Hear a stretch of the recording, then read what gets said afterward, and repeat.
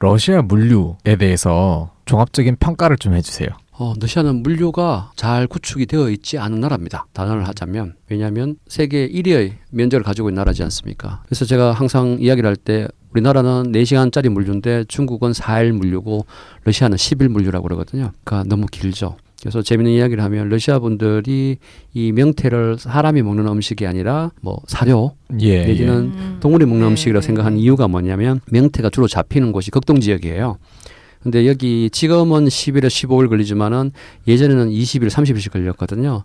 명태라는 걸 잡아서 이제 주로 사람들이 많이 사는 모스크바나 상태에 가지고 오면은 얘들이 이제 거의 먹기 어려운 상황이 된 거죠. 그게 역사적으로 쌓인 거예요. 그러니까 이 명태가 신선하게 있을 때는 상당히 좋은 상품인데 이제 거기 유럽 러시아에 있는 분들한테는 사료 상태가 돼버리는 거예요. 네, 사료가 된 거죠.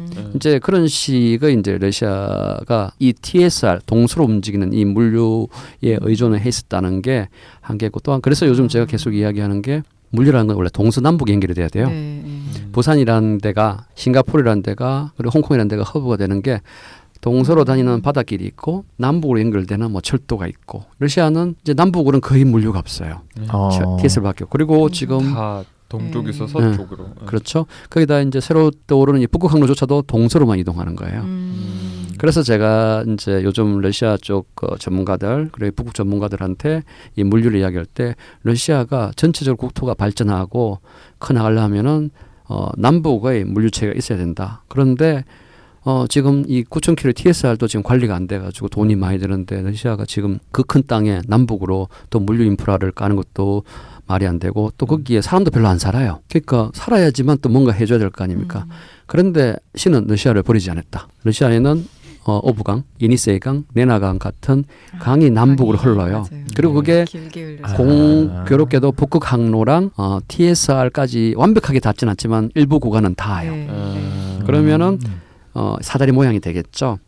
철도, 북항로 그리고 아래로 연결이 된다는 거죠. 그래서 북극 기본계획에 러시아에서 만든 데 보면은 거기에 이 수로를 이용하는 잘 이용해야 된다는 내용이 나옵니다. 그래서 요즘 제가 거기에 좀 많이 이제 고쳐서 이제 러시아 국토를 이렇게 물류가 잘 흐르도록 하고 물론 갑자기 한국 사람이 왜 러시아 물류에 신경 쓰냐. 그게 아니라 어차피 러시아는 땅이 너무 크고 자원도 많으니까 한국 기업들이 거기에 진출해서 뭐 인프라를 만들든지 아니면 거기 나오는 자원이나 상품들을 러시아 분들하고 같이 생산해서 실어내야 되지 않습니까?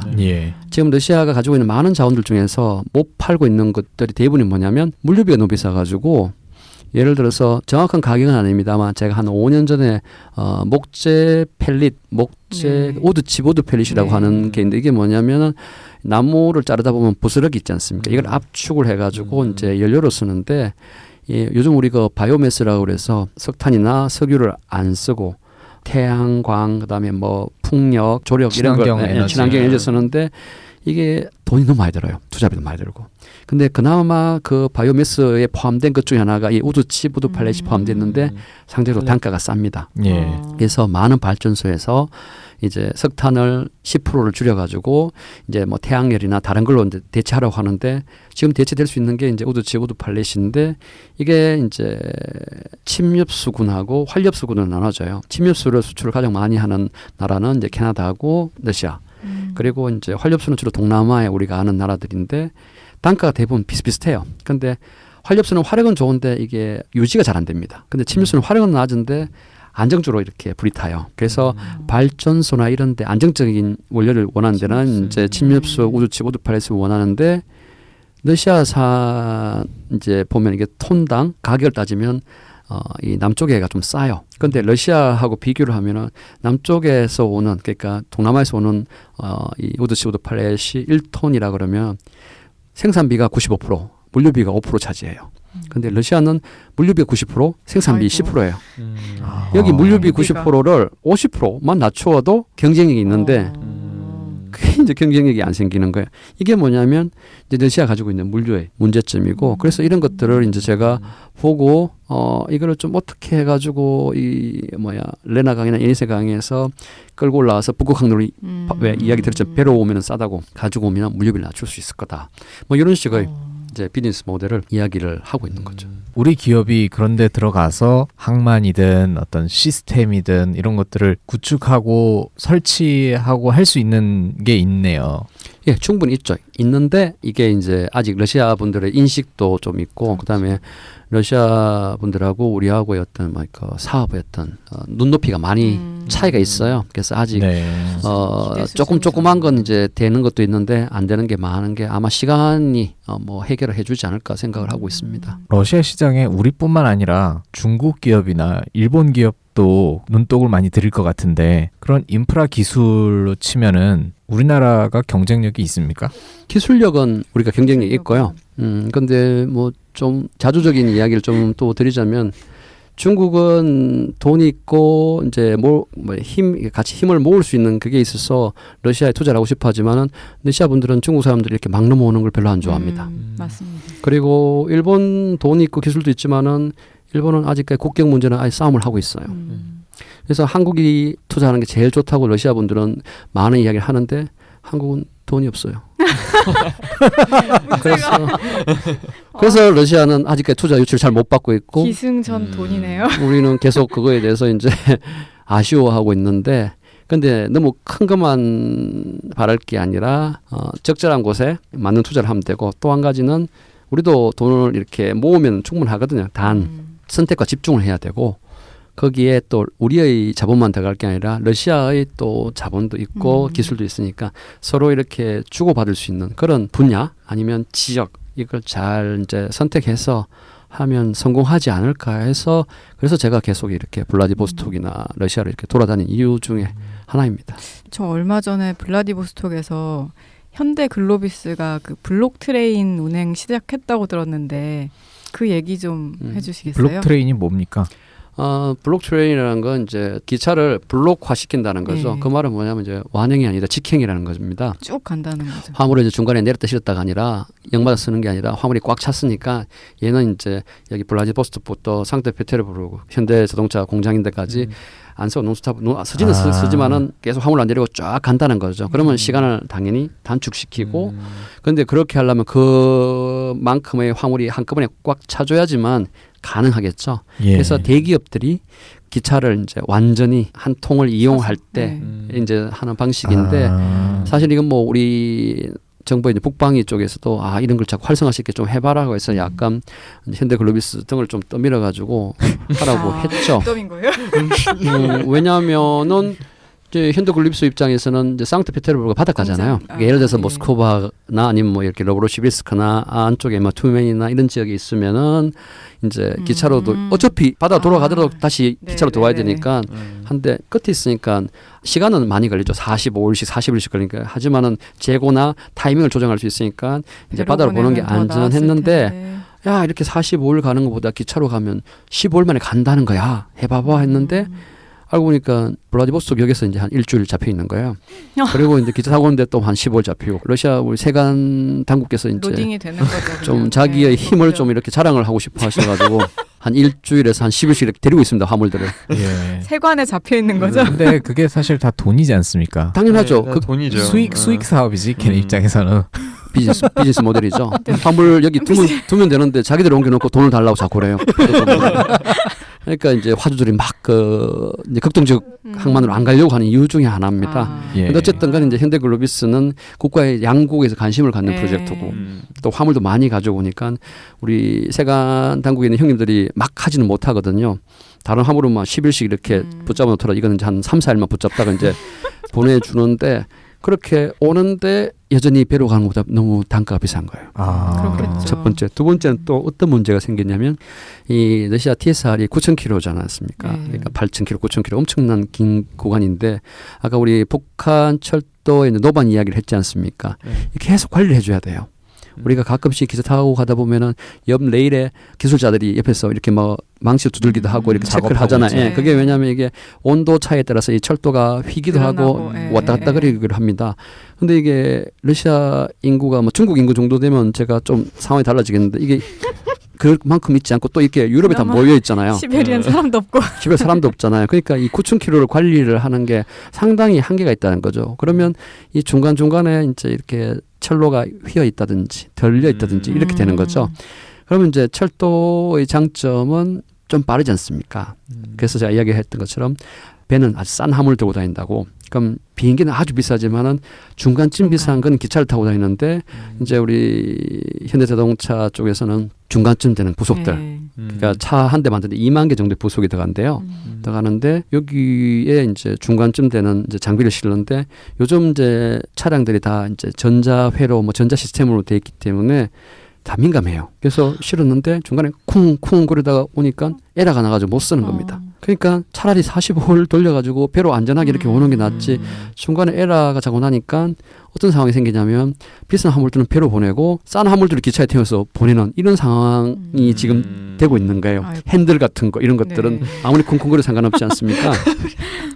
그러니까 그런 것들을 실어서 하니까 돈은 더 내고 또 싼 뭔가 화물을 싣고 이상하게 내니까 구조가 이상하게 상황이 되니까 이 시범 사업 블록체인 사업을 취지는 좋았는데 실제 그런 이게 안 돼. 문제가 그래서 있구나. 이거를 이제 러시아 당국한테 자꾸 철도 당국한테 우리가 이제 해결해 달라고 이제 불평을 하는데 러시아 입장에서는 그 기차 블록체인 한 번 두 번 오는 것 때문에 우리 9,000km를 정비를 해줘야 돼 이런 상황으로 가는 거죠. 걔네 입장에서도 돈이니까. 당연하죠. 그러니까 이게 말대로 취지는 하면 좋았는데 깝깝한 상황인 거죠. 뚜껑을 열고 보니 그렇군요. 그러니까 이게 철도 연결이라는 것이 되게 쉽지 않은 그런 연결 자체는 쉬운데 돈을 계속 발목을 잡네요. 쏟아 부어야 하는 밑빠진 그렇죠. 독에 물 붓기가 네. 될 수 있는 가능성이 매우 높네요. 우리 쉽게 알 수 있잖아요. 우리나라 같은 경우에 왜 경부고속도로 아니면 뭐 서해고속도로 이런데 그 고속도로에 구멍이 뚫혔다. 난리가 나겠죠. 근데 예를 들어서 시골 동네에 가서 도로에 파져 있으면은 모래 부어가 흙 부어서 이렇게 보사 치우지 않습니까? 왜냐면 중요도가 떨어지니까요. 러시아도 아마 제가 지금 극동 지역 가서 블라디보스토크에 조금만 벗어나면은 다 길이 안 구멍 좋죠. 뚫혀 있고 네. 다 엉망이에요. 기포장. 관리가 안 됩니다. 결국은 그게 사람들이 많이 다니고 싱싱 다니려 그러면 돈 넣어서 다 관리를 해줘야 되고 그렇게 돼야 되는데 결국은 이제 돈이죠. 물류의 어떤 안전한 주행과 빠른 속도 그렇군요. 유지를 하려면요. 이게 시베리아 횡단철도가 제가 알기로는 작가님께서 책도 쓰셨지만 속도가 그렇게 높지가 않아요. 60km 빨라야 한 70km? 70, 네.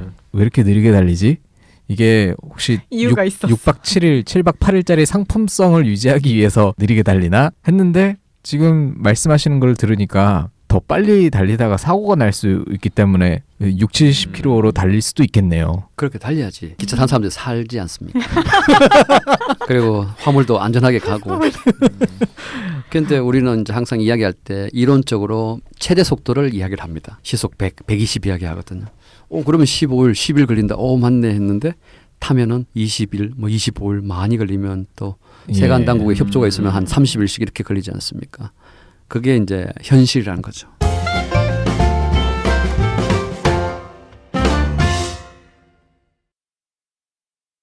예전에 기억하시는지 모르겠습니다만 우리나라의 지금 KTX는 프랑스의 떼제베 기술이 들어왔습니다. 그런데 그때 입찰에 들어온 나라가 일본의 신간센 고속철도죠. 그리고 저 독일의 이체 그리고 프랑스의 떼제베 이렇게 세 개 왔는데 기술을 이제 우리한테 전수시키자는 조건으로 떼제베를 선택했는데 왜 여기가 같은 거라 그러면은 다 호환이 된다면 이 기술을 초이스를 했을까요? 아니죠. 이게 따로거든요. 그 말은 뭐냐? 한국의 KTX, 중국의 고속철도, 또 러시아는 아직 고속철도가 없습니다만 이제 고속화 철도화하는 계획을 가지고 있거든요. 러시아가 중국 고속철도 따라갈까요? 자체 기술을 개발할 거죠. 그러면 이 고속철도도 무한정으로 자국에서는 시속 300으로 달리는 거예요. 그런데 그 나라 가면 얘는 못 달려요. 바꿔 타야 되겠죠. 네. 그래서 이 쟁점이 뭐냐면 만약에 이런 것도 있죠. 철도하시는 분들의 논리가 지금 빨리 우리가 북한 철도를 안 깔아주면은 중국이 들어와서 중국 철도화 시켜버린다. 일리 있는 말이에요. 그러면 이제 우리 KTX의 범위는 부산에서 서울이 최고 길어지는 거죠. 그런데 이제 우리 KTX가 북에 투자를 해서 신의주까지는 그래도 우리 이제 KTX 가면은 거기서 이제 갈아타게 되겠죠. 근데 어떤 사람은 둘이 반반 나눠가지고 평양까지 가서 거기서 갈아타야 된다. 뭐 이런 이야기 하는 사람도 있고 중국에서 내려오니까 뭐 이런 이야기를 하는데 결국은 그런 문제가 존재하기 때문에 아마도 이제 설국 열차처럼 이렇게 특수한 존재가 모든 걸 통합을 해가지고 지구를 막 순환하듯이 그렇게 만들지 않으면은 그 국가라는 존재가 남아 있고 자국의 이익을 추구한다면 이 인프라의 연결은 쉽지 않을 그렇군요. 거고 쉬운 일이 아니죠. 사실은 그 고속철도 기술은 우리가 훨씬 빨랐는데 물론 유럽이 더 빨랐지만은 중국은 훨씬 뒤에 처져 있었지만은 이 땅이 넓으니까 저희가 소위 말하는 테스트 베드라 그러거든요. 시험 수치가 계속 많아지는 거예요. 그러니까 짧은 시간에 중국이 그렇죠. 고속철도 기술을 네. 발전시켰고 중국이 이제 중앙집권적인 체제를 가지고 있으니까 돈을 모아서 계속 거기에 집중적으로 투자를 하게 돼서 지금 중국은 자국의 상당 부분을 고속철도로 지금 다 바꾸어 놓은 상태죠. 그리고 그거를 이제 아프리카라든가 이런 데 지금 수출을 지금 하고 있어요. 아쉽게도 우리나라 고속철도가 지금 해외 수출했다는 이야기는 아직까지 못 듣고 있고 근데 저게 시간이 흐를수록 그거의 수출의 가능성 점점점 낮아지겠죠. 그렇죠. 지금 중국이 그 1대1로 정책을 펼치면서 아예 자기네들 인프라를 그냥 다 깔아버리려는 작정이지 않나 하고 있어. 네. 예. 그런 생각이 듭니다. 본부장님께서는 한국해양수산개발원에서 근무를 하고 계신데 여기는 어디입니까? 우리나라 정부에서 세운 국책연구기관입니다. 이 분야에. 그래서 저희들은 국무총리실 산하에 있는 사회과학을 연구하는 23개 연구기관 중에 주로 이제 해운, 항만, 그리고 국제물류, 그리고 이제 수산하고 해양도, 해양 환경이라든가 뭐 해양 기술 같은 것도 연구를 하는 그런 연구기관이고요. 연구원이 한 250명 정도가 근무를 하고 있고 그중에 박사 인력은 한 100명. 많은 것처럼 보이지만 중국은 이런 연구소에 연구원이 10,000명이 있습니다. 그러니까 슬퍼요. 와 무슨 박사가 그거 하는데 100명이 있냐 그런데 중국은 10,000명이 있는데 그러니까 우리가 힘이 들죠. 그래서 이제 국제 특히 제가 하고 있는 이제 항만이나 이쪽 국제 물류 쪽 일은 상당히 이제 많은 수요가 있고요. 지금 이제 우리나라가 참 그래도 좋은 게 수원국이라 그래서 과거에 못 살아서 다른 나라한테 도움을 받았던 나라가 도움을 주는 나라가 대한민국이 유일하거든요. 그래서 요즘 저희들은 뭐 동남아나 중남미, 아프리카 이런 쪽에 항만, 뒤에 또 뭐 철도나 뭐 항만 연결을 뭐 복합 운송 터미널 같은 거 만드는 거를 제가 주로 이제 다니면서 하고 있고 그러다 보니까 뭐 중남미는 온두라스, 아프리카의 마다가스카르나 뭐 카메룬, 그다음에 뭐 저기 루마니아, 그다음에 크로아티아 이런 데는 저는 이미 2006년 7년도에 그때 프로젝트 때문에 다니기도 했었고요. 그리고 러시아도 이 극동 지역 항만 기본 계획을 러시아 정부가 수립해야 되는데 저희들이 수립해 드렸습니다. 3년 전에. 이런 일들을 이제 저희 나라가 하는데 우리나라가 왜 그 나라 그거를 도와주냐. 첫째는 우리가 도움을 받았기 때문에 도와주는 거고 두 번째는 도움을 주면서 우리나라 기업들이 거기에 이제 진출해서 그렇죠.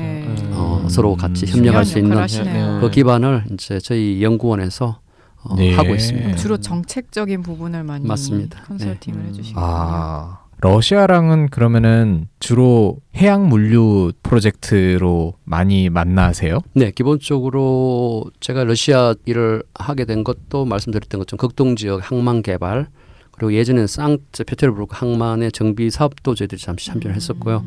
이제 그 뒤는 이제 요 근래 또 많이 하는 건 이제 북극 항로가 이제 계속 이제 상업화가 이제 계속 된다고 이야기하고 일정 부분 화물들이 왔다 갔다 하고 있어서 이 그런 부분에서 러시아 쪽과 계속 협력을 하고 있고요. 또 하나는 우리가 북한하고 협력을 하는데 남북 간에 직접적으로 이렇게 물류 부분을 지금 단계에서는 하는 게 좀 많은 부분 애로사항이 있어서 이제 삼각 협력이라고 해서 비교적 북한하고 러시아하고 가깝지 않습니까? 그런 면에서 이제 러시아 쪽 물류랑 가깝게 진행을 하고 있고요.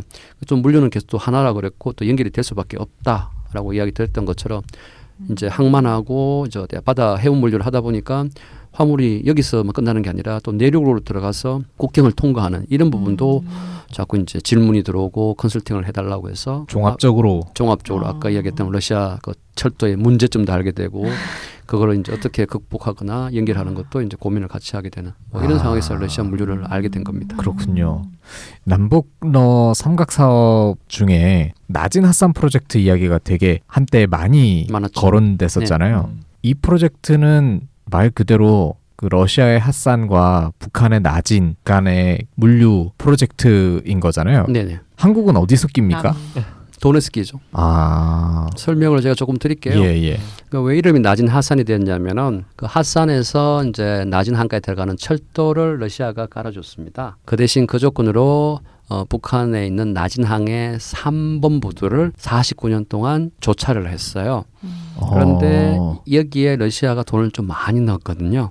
그러니까 이 재원을 회수하고 하는데 이제 누군가 들어왔으면 좋겠는데 중국은 싫은 거죠. 일본도 아니죠. 그러니까 이제 한국이 왔으면 좋겠다라고 해서 그래서 그 당시 4년 5년 전에 우리나라에 있는 뭐 포스코, 철도공사, 현대상선이 이제 지분을 인수하기 위해서 들어가서 그때 제가 들어가서 이제 이 사업의 이제 컨설팅을 해줬고요.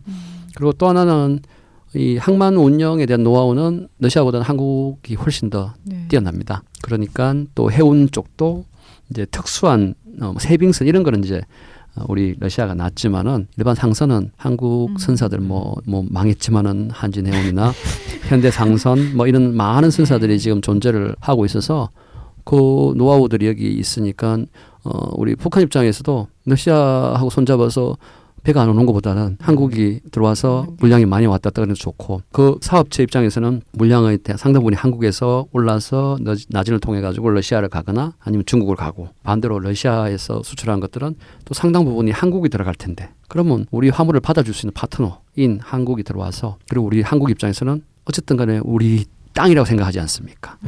가서 어떻게든 말뚝을 받고 싶은 욕망 그게 이제 합쳐가지고 그 프로젝트가 진행돼서 그래서 남북로 가 된 거죠. 그렇군요. 이게 러시아가 거기에 투자를 많이 해서 좀 우스갯소리로 사실은 러시아도 거기 알박기를 한 겁니다. 중국이 치고 내려오는 걸 막고 자기들의 어떤 역할을 하기 위해서 사실은 제가 보면은 한국이 제일 하수인 것 같고요. 러시아하고 중국은 상당히 외교나 정치적인 포인트에서는 국제적인 포인트에서는 하이 레벨에 계시는 분들. 네. 남북로 프로젝트 중에 또 대표적으로 거론되는 게 러시아 가스관 연결 사업이잖아요. 파이프라인을 깔아서 하는 게 훨씬 더 단가가 저렴합니까? 그게 이제 뭐 잘 아시지만 우크라이나 사태 때문에 뭐 독일하고 이쪽에 뭐 한동안 추워서 엄청 고생했지 않습니까? 그게 다 러시아에서 가는 가스가 파이프라인을 통해서 우크라이나를 통과해서 독일이나 유럽으로 갔는데 그걸 중간에 닫아버리고 했죠. 그게 정치적인 무기가 된다는 거죠. 두 번째는 이 파이프라인이 코스트가 초기에 엄청 많이 들죠. 대량으로 공급을 할 수 있지만 상당히 들죠. 그리고 또 요즘 가스가 내륙엔 잘 없어요. 대부분 또 해상에 많이 왜냐하면 내륙에 이제 많이 뽑아서 쓰니까요. 그래서 러시아가 사실은 LNG 생산량은 세계 3위인가 4위밖에 안 되는데 매장량 1위예요. 근데 수출을 거의 안 하고 계속 PNG로 공급을 했어요. 근데 그 PNG 공급량의 지금 95%인가 99%가 이미 중국과 계약을 해서 시베리아의 힘이라고 해서 이미 중국으로 다 주게 돼 있어요. PNG를 깔아도 파이프라인을 깔아도 가지고 올 수 있는 한국으로 가지고 올 수 있는 가스가 사실상 거의 없는 상태예요. 중국 거를 나누어서 주지 않은 이상은. 그래서 러시아는 지금 정책이 어떻게 바뀌냐면 제가 숫자는 정확히 기억 못 하겠는데 1% 미만인 LNG 수출 비중을 2035년까지 3에서 4%까지 늘리겠다는 겁니다. 지금 프로테지가 뭐 1%에서 뭐 4%니까 3%밖에 안 느냐라고 이야기하지만 세계 1위의 LNG 보유국이거든요. 엄청난 양인 겁니다. 그러니까 이제는 러시아 정책이 그러니까 파는 사람이 원래 이 에너지는 구매자가 주도하는 게 아니라 판매자가 주도를 하거든요. 자원은 판매자의 시장이죠. 그렇죠. 그러니까 자기들이 LNG로 팔겠다는데 우리가 PNG로 깔아주세요. 그럴 이유가 그러면 방법은 있겠죠. 러시아 입장에서는. 그러면 파이프라인 네가 깔아. 뭐 그 상황이 될 수 있어요. 물론 이걸 단언적으로 이렇게 이야기하는 건 좀 그렇지만은 지금 러시아 정책은 이건 사실입니다. 그리고 러시아는 지금 기본적으로 뭐 아틱 1, 아틱 2라고 해서 야말 반도에서 이제 아틱 1에서 지금 가스를 그 선박은 이제 우리 대우해양조선에서 발주한 그 세빙 LNG선인데 LNG로 그러니까 선박에 실어가지고 여름에는 북극이 항로가 열리니까 아시아로 가지고 오고 겨울에는 여기 얼음이 너무 두껍게 열리니까 아무리 세빙선이라도 시간도 걸리고 돈이 많이 드니까 이거를 독일에 이제 쥐브르지라는 항이 있습니다. 거기에 이제 환적 거점을 만들었어요. 거기에다가 이제 가스를 채워서 돌아서 오는 거죠. 그런데 이게 이제 북극 항로가 이제 완전히 열릴 걸 지금 러시아가 생각해서 그 감차트카 끝에 있는 페브로스키 감차트카 항에다가 지금 또 환적 가스 기지를 지금 이제 프로젝트 컨설팅을 지금 하고 있어요. 그러면 이제 유럽 쪽은 이제 독일에 하나, 아시아 쪽은 이제 감차트카에 하나 두면서 이 가스를 모아서 이제 LNG를 수출하겠다는 게 러시아 생각인데. 배에 실어서 하겠다는 그렇죠. 거죠? LNG는 배로 실른다는 뜻입니다. 가스를 통째로 들고 오면 부피가 너무 커서 많이 실지 못하거든요. 그거를 이제 LNG를 액화를 시켜요. 그 액화 기술을 가지고 있는 선박을 가장 잘 만드는 나라가 대한민국입니다. 그래서 우리가 그 선박을 이제 수주를 했고 그 선박을 통해서 이제 우리나라에 수입을 해서 와야 되는 뭐 그런 상황인데 북한이 가장 필요한 게 에너지입니다. 예. 그래서 북의 에너지가 들어갈 수 있도록 하는 걸 이제 만들어야 되는데 근데 제 생각에는 가장 필요한 건 전력이거든요. 결국은 그 전력을 스스로 생산하는 게 사실은 북이 제일 원하는 거고 그래서 과거에 캐도라는 데서 중유를 달라고 해서 자기들은 이제 이 그 원자력 우라늄 이런 것들을 핵 미사일을 만들기 위해 쓰는 게 아니라 발전하기 위해 쓰는 건데 너희들이 그걸 못하게 하면은 기름이라 줘야 되지 않냐 해서 근데 캐도를 만들어 준 거거든요. 그게 중간에 중단이 되어버렸는데 기본적으로 스스로 발전하고 싶어 하는 게 있으니까 그거를 이제 할 수 있는 기반을 우리가 좀 만들어 주는 거 그리고 일정 부분 러시아 극동 지역에는 잉여 전력이 좀 있어요. 그리고 그거를 이제 이렇게 송전선을 연결해 가지고 뭐 싸게 북측에 공급해 주는 거. 어차피 전력은 끌어오는 방법이 전력망을 구축하는 방법밖에 없는 거잖아요. 그렇죠. 뭐 다른 수단으로 실어올 수 있는 게 아니니까. 그렇죠.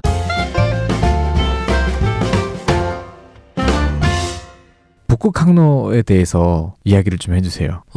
북극 항로에 대한 좀 이렇게 거짓과 진실 뭐 이런 걸 좀 똑바로 좀 저도 좀 알아야 되는데요. 북극 항로는 지금 이용이 가능합니다. 그런데 이게 상업화가 아직 잘 안 되고 있는 이유가 배들이 있다고 해서 이게 모든 게 해결되는 게 아니라 항로가 전기 항로가 있고 비전기 항로가 있습니다. 이제 전기 항로라는 건 지금 우리 왜 KTX 타던 고속버스 터미널 가면은 예를 들어서 뭐 서울에서 순천까지 가는데 1시 20분, 뭐 2시 40분, 뭐 이렇게 1시간 20분당 이렇게 딱딱 정해져 있잖아요. 그걸 전기 항로라 그러거든요. 그래서 아까서 말씀드렸던 부산, 홍콩, 싱가포르는 전기 항로가 있어서 이제 하루에 한 번씩 언제 들어와서 나가는 물론 시간까지는 아주 디테일하지는 않지만은 그런 식으로 전기 항로가 있어서 연결이 돼요. 또 비전기 항로가 있습니다. 비전기 항로는 뭐냐면 내가 꼭 필요할 때 이렇게 한 번씩 배를 이제 임차해서 가지고 오는 건데 그건 주로 이제 자원, 이제 석탄이라든가 뭐 철광석이라든가 이건 정기적으로 매일 올 필요가 없지 않습니까? 단발성으로 이제 요청을 하는데 지금 북극 항로를 이용하는 건 그런 비전기 선박들이에요. 그러니까 아까 이야기한 LNG, 러시아 북부 쪽에 있는 뭐 원유라든가. 근데 궁극적으로 이 북극 항로가 정상적인 이제 역할을 하려면 컨테이너를 실은 그런 전기 항로가 돼야 되거든요. 근데 생각을 해보세요. 러시아 북극 지역, 시베리아 지역에 우리 일리아 씨 잘 아시겠습니다. 거기 사람 몇 명 사나요? 정말 제가 알기로는 거기 러시아를 포함해서 캐나다가 다 합쳐서 400만 명이 안 살거든요. 그리고 아마 러시아 해안 쪽은 4만 명인가 살고 있어요. 아까 저 우리 5천만이 쓰는 컨테이너가 1천만 TU 정도 된다고 그랬는데 4만 명이 쓰면 얼마나 쓸까요? 컨테이너 아마 한두 대 가면 끝날 겁니다. 그러니까 전기 항로의 개념이 성립이 안 되는 거죠. 그러면 뭐냐면 아까 블록 트레인처럼 블록 선박이 돼서 논스톱으로 부산에 출발해서 블라디보스 가면 찍고 바로 무르만스크를 가거나 아니면 함부르크나 로테르담 가야 되겠죠. 그럼 화물이 과연 얼마나 있을까요? 사실 선박이 이익을 추구하는 거는 부산에서 바로 논스톱으로 쓰지 않고 노트르담이나 함부르크 가서 보는 게 아니라 얘가 상하이 가서 물건을 실었다 내렸다. 홍콩 가서 실었다 내렸다. 싱가포르 가서 실었다 내렸다. 저기 인도 뭐 그 항만에 가서 실었다 내렸다. 그리고 지중해 가서 또 실었다 내렸다. 이러면서 돈을 버는 거거든요. 그러면 이쪽으로 가면은 무조건 적자입니다. 그러니까 우리는 서지 않고 한 번에 장거리를 빨리 뛸 수 있는 게 돈 버는 거 아니야라고 생각하지만 그거는 이제 화주 입장에서는 내 화물이 빨리 가고 하니까 그렇겠지만은 선박 회사 입장에서는 그건 적자가 될 수밖에 없고 아니면 엄청난 물류비를 부과를 시켜야 되는데 그러면 나 이쪽으로 안 갈 거야. 화주들이 남쪽으로 보내. 이렇게 되겠죠. 그런데 또 문제는 뭐냐. 거기가 어떻게든 얼음이 빙하가 있지 않습니까? 일반 선박이 갈 수 있는 게 아니라 세빙선이 앞에 다니면서 이 배는 또 내빙선이에요. 내빙선은 뭐냐면 세빙선은 이제 얼음을 깨는 거지만 내빙선은 얼음 덩어리가 오더라도 갑판을 찢지 않을 수 있는 덧된 특수 선박들이거든요. 그걸 이제 아틱 1, 아틱 2, 아틱 3 이런 식으로 이제 우리가 지칭을 하는데 당연히 이 배들은 속도도 느릴 뿐더러 만들 때 비용이 훨씬 비쌀 거 아니겠습니까? 네. 비싼 배 지어서 천천히 다 가고 심지어는 세빙선 에스코트를 받으면서 화물도 얼마 못 싣고 그러니까 아직까지 이게 상용화가 안 되는 거죠. 그렇다고 북극 항로를 쓰지 말자가 아니라 충분히 쓰임이 있어요. 그래서 제가 계속 이야기하는 게 러시아 TSR 북극 항로는 동서로만 다니지만은 남북으로 다니는 이 수로가 있는데 러시아 내륙에 있는 그러니까 유럽으로 간다는 생각을 하지 말고 제 생각에는 유럽까지 가는 시점은 2040년 뭐 이쯤 돼야지 제가 이제 아마 할아버지 아니면 목숨이 왔다 갔다 하는 그 무렵쯤에나 가능할 것 같고요. 이 러시아 내륙에서 나오는 화물들이 북극 항로를 이용할 수 있는 그 루트를 뚫자고 해서 요즘 제가 연구하거나 다니는 이유가 그겁니다. 그러면 어떻게 되나요? 아까 잠시 우리 사석에서 이야기했지만 틱시라든가 아르헨겔스라든가 아니면 두딩카 같은 그런 북극 지역의 항만들이 거꾸로 뒤집어서 홍콩이 되고 부산이 되고 싱가포르가 되면서 그 화물들을 거기 모으고 배는 여기 닿아서 싣고 하다 보면은 어느 순간에 이제 무르만스크 아니면 저 함부르크 그다음에 노테르담에 가는 이런 형태의 이제 물류루트가 만들어져야 되고 그건 이제 아마 2040년쯤 되는데 제가 지금 하고 있는 걸 이렇게 하면 할수록 이게 2040년이 2035년, 30년 이게 당겨지겠죠. 그런데 이걸 안 하면은 그냥 40년, 50년 그대로 있는 거예요. 그리고 러시아 발전도, 국토의 발전도 느려지겠죠. 그렇게 되면은 그 지역들이 굉장히 또 개발이 되고 사람도 늘어나고 발전되겠네요. 그렇죠. 아. 네, 꼭 좋은 건 아닙니다. 거기 또 사람들 많이 살면 여름이 더 빨리 녹아내릴 거고 더 빨리 녹아내리면 계속 수면이 올라갈 거고 수면이 올라가면은 점점점 우리는 이제 위쪽으로 올라가야 될 거고 바다에 있는 도시들은 물에 잠길 거고 다 좋은 것만은 아니다. 예. 그 환경 문제를 이야기를 많이 하시더라고요. 네. 얼음 녹는 속도도 그렇지 않아도 지금 계속 빨라지고 있는데 환경 문제는 얼음이 녹는 것 이외에는 물론 얼음 녹는 게 모든 환경 오염에 영향을 미치지만 또 다른 우려점이 있습니까? 생태계 파괴를 하죠. 예를 들어서 예전에 그 태안반도에 그 유조선 침몰해서 그 국민들이 직접 가서 기름 치우고 돌도 닦고 했지 않습니까? 그 여기는 북극에 4만 명 사는 원주민 사는데 유조선이 사고 나면은 어떡할까요? 누가 닦아내고 누가 걷어낼까요? 그리고 다 얼어버리는데 그리고 그러면 그 밑에 살고 있는 생물들은 어떻게 될까요?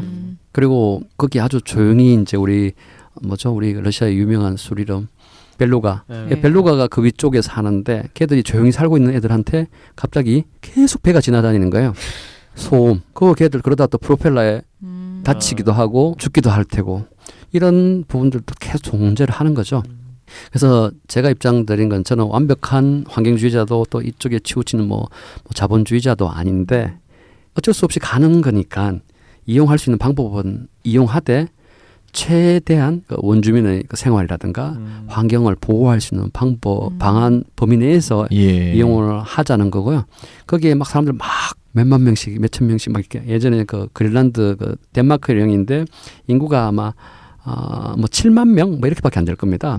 근데 거기에 그 신문 기사가 난 게 있었어요. 왜냐하면 그린란드에 있는 뭐 대통령이 그 중국하고 협약을 맺어서 개발을 중국 사람이 하는 걸로 이렇게 뭐 체결했는데 거기 신문 기사에 보면은 중국은 이제 공사로 한 10,000에서 2만 명씩 오거든요. 인구 7만 명의 중국 사람들 공사하러 이제 한 3, 4만 명씩 와버리 보면은 이게 이제 누구의 땅이냐? 국민이 누구냐? 이런 이제 그 뭐라 그래야 논평하는 신문 기사를 보면서 그걸 발표를 하는데 그거 와닿더라고요. 이런 걱정을 하시는구나. 뭐 말이 되는 이야기거든요. 그런 문제가 있을 수 있어요. 그렇지 않습니까? 그런데 지금 이제 4만 명 되는 우리 그 위에 그 뭐 베넨키족, 뭐 사미족 하는 원주민들이 있는데 소수민족. 많은 인구들 외지인들이 가서 거기 살면서 그분들은 분명히 경쟁력이 떨어질 거거든요. 그러니까 교육이나 문명 이기에 대해서 그러니까 거기 수능에서 사는 걸 배우신 분이지 뭐 이렇게 부수고 개발해서 배우는 걸 모르시는 분들이 외지인들 와서 밀어붙이면은 제2의 뭐 약간 아메리카 인디안처럼 밀려나고 그 삶의 터전이 바뀌고 오염이 되고 이런 거는 좀 아니지 않냐 뭐 이런 생각을 하고 있습니다. 근데 북극 항로로 가면은 빠르기는 빠르지 않습니까? 7,000km를 단축합니다. 남쪽으로 가는 것보다. 우리가 보통 남쪽으로 지금 유럽으로 가는 루트는 어떻게 됩니까? 보통 아시아를 가운데 두고 아시아에서 주로 이제 물건들 생산을 많이 하니까요. 그래서 미국으로 갈 경우에는 싱가포르를 중심으로 두고 이야기하면 싱가포르에서 미국으로 갈 경우에는 홍콩을 찍고 그다음에 대만의 까오슝이라는 항이 있습니다. 뭐 들리기도 하고 안 들리기도 하는데 거기 갔다가 상하이항을 갔다가 이제 부산항을 가서 마지막에 일본의 도쿄나 고베항을 찍고 미국으로 쭉 갑니다. 그리고 그 주변에 있는 항만들 거기로 모이는 거고요. 반대로 싱가포르에서 시작을 하면은 물론 이제 부산에서 출발하면 싱가포르에 가겠죠. 거기에 이제 스리랑카의 콜롬보항 그리고 지금 인도에 있는 항만은 첸나이항이구나. 첸나이항. 그다음에 거기 두바이항. 그다음에 수에즈 운하를 통과할 때 보면은 포트 수드라는 항이 있습니다. 거기를 찍고 바로 나가면 이제 몰타나 이태리의 주롤탄가 하는 항이 또 있어요. 그리고 스페인하고 아프리카 사이에 있는 그 알제시라스 항 찍고 돌면은 바로 이제 프랑스의 르하브르, 그다음에 벨기에의 엔트워프, 그리고 네덜란드의 노트르담, 그리고 독일의 함부르크까지 가는 게 거의 종점이고 거기서 이제 함부르크에서 물건들이 분리되면서 쌍뜨 갈 거, 그다음에 뭐 저 덴마크의 코펜하겐 갈 거 이렇게 또 거기서는 아까 부산이 이제 일본으로 보내는 것처럼 이렇게 쪼개져서 항문이 나눠집니다. 그래서 그 찍었던 이 항만들이 말하자면 허브 항만 역할을 하면서 전 세계를 거기까지 가는데 한 30일에서 45일 걸리지 않습니까? 30일에서 35일. 그런데 그것도 이제 선박도 화물이 이미 부산에서나 중국에서 다 채웠다. 그러면 굳이 중간중간 항만에 들이는 숫자 적어지겠죠. 근데 화물을 덜 채우거나 짧은 구간 이동하는 화물들이 많다면은 또 들어갔다 나왔다 하기 때문에 시간이 뭐 40일씩 50 걸리기도 하고 물량에 따라 이 일수가 달라지는 거죠. 거군요. 근데 만약에 완벽하게 부산에서 시작해서 그 함부르크까지 블록 트레인처럼 블록 shipping이 되면은 한 25일 이 주파를 할 수 있어요. 그렇군요. 그러면은 지금의 그 해양 물류 루트가 유럽으로 나가는 루트가 안전합니까? 안전이라는 그러니까 이유는 예를 들어서 국제 정치적인 이슈 때문에 그 길이 막혀서 혹시라도 둘러가야 된다거나 그런 리스크는 없습니까? 또 이 복잡한 이야기로 좀 들어가고 계시는데 그 이야기하면 오늘 밤새야 될 것 같은데 짧게 이야기하겠습니다. 예. 우선 지금 물리적으로 이제 그 리스크는 우리 아덴만의 기적처럼 아덴만 지역의 해적이 소말리아 해적들이 있어서 리스크가 있고요. 그리고 또 과거에는 지금은 거의 선멸이 됐습니다만 싱가포르 통과하면 말라카 해협을 통과해야 돼요. 이 말라카 해협에는 양쪽에서 쇠고리를 던져서 통과하는 배를 잡을 만큼 좁은 수로입니다. 거기에 옛날에 해적이 많이 살았어요. 근데 지금은 이제 거의 없어졌습니다. 그런 해적의 문제가 있고요. 그다음 또 한 가지는 이 말라카 해협을 미국이 싱가포르와 같이 잡고 있어요. 여기가 이제 초코 포인트입니다. 전쟁이 나거나 정치적인 분쟁이 생기면 탁 잡아버리거든요. 이게 뭐냐면 중국을 목을 쬐는 수단을 하고 있습니다. 그래서 중국이 1대1로를 해서 자꾸 미얀마를 통해서 미얀마 옆에 있는 짜옥포항을 통해서 나오거나 아니면 파키스탄의 과다르항으로 통과하는 이유가 왜냐하면 거기에 자원들을 특히 원유를 가지고 와야지만 예를 들어서 중국하고 미국이 전쟁이 났다. 그런데 미국이 말라카 해협만 딱 잡으면은 중국은 30일 못 버텨요. 연료가 없어가지고. 줄이군요. 그래서 왜 지금 남중국의 분쟁 이런 게 생기냐면 중국이 어떻게든 바닷길을 자꾸 열어가지고 자원 확보할 수 있는 루트를 만들려고 하는데 예. 미국이 아직도 스스로 넘버원이라 생각하지 않습니까? 그런 데를 잡고 미군 기지들이 있어요.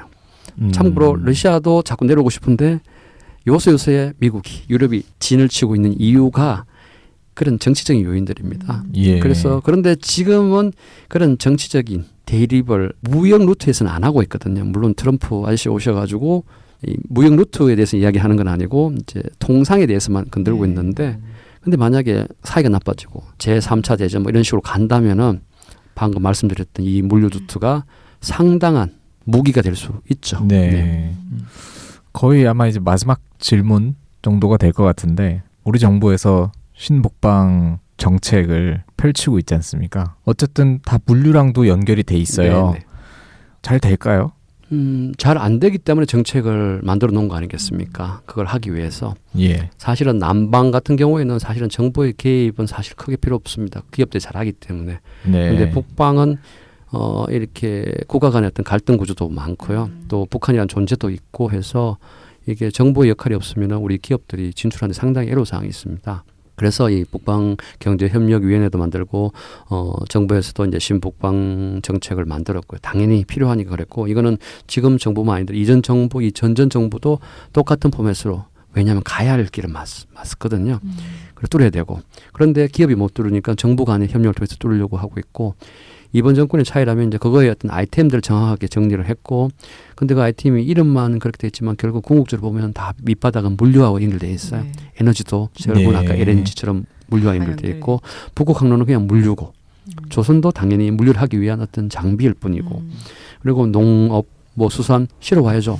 또 물류죠. 그러니까 물류가 그래서 철도 이야기하는 것 물류고 근데 이야기했던 것처럼 물류로 봐야 되는데 철도로 보면 안 된다는 거죠. 네. 그러니까 물류를 보고 물류의 개발, 토목을 위한 게 아니라 운영을 위한 관점에서 우리가 봐야 되고 그런 측면에서 이 북방 시장, 북방 정책은 방향도 맞고 정확한데 단지 요즘 이게 우리 기업이 나가서 연결하고 평화를 통해서 경제를 창출하는 쪽으로 가야 되는데 약간은 왜곡이 돼서 지나치게 좀 감성적으로 또 지나치게 좀 약간 인프라 쪽으로 자꾸 가는 게 좀 걱정스러운데 그게 아니라면 이 방향이나 이거는 맞고 또 이거는 실현은 그냥 쉽게 실현된 거라면 만들 필요 없죠. 어려우니까 우리가 해야 되고 아마 힘을 모은다면 러시아 특히 한국에서 러시아에 관심이 있고 러시아를 하는 많은 젊은 인력들이 성장해 나가면서 러시아와 한국의 어떤 시각의 차이나 이 마음의 거리를 좁혀주는 일들이 계속 진행된다면 아마도 한 개, 두 개씩 실현이 되지 않을까 생각을 하고 있습니다. 우리는 우리 글로벌 인력의 일자리 창출이 될 거고요. 러시아는 제일 고민거리가 극동 지역에 계속 신경을 쓰고 있는데 인구가 자꾸 줄어요. 근데 일자리가 생기고 비즈니스가 만들어지면 오히려 모스크바하고 상트페테르부르크에서 인력 유출을 걱정하게 되는 그런 상황으로 만들어질지는 모르겠습니다만 최소한의 기대해 보겠습니다. 인구들이 늘어나서 일자리가 만들어지겠죠. 젊은 사람들이 많아지는. 서로가 윈윈하는 방법이 되지 않을까 생각하고 있습니다. 알겠습니다. 오늘 러시아 물류부터 해서 철도 물류, 해양 물류 정말 깊이 파봤습니다. 시간이 더 있었으면 아마 더 길어졌을 것 같아요. 다음에 또 불러주세요. 너무 네, 유익한 알겠습니다. 시간이었습니다. 러시아도 굉장히 많이 왕래를 하고 계시고 다양한 프로젝트가 있는데 궁금한 게 생길 때 또 혹은 관련 분야에서 새로운 이슈가 있을 때 전화 연결이든 이렇게 직접 모시든 간에 종종 저희 청취자분들께 본부장님의 이야기를 들려드리도록 하겠습니다. 오늘 블라디보스톡에서 들어오셔서 바로 집에도 못 가시고 이렇게 스튜디오로 납치하다시피 모셔왔는데요. 저희가 또 모시도록 하겠습니다. 저희는 다음 주에 또 새로운 이야기로 다시 인사드리겠습니다. 감사합니다. 감사합니다. 감사합니다.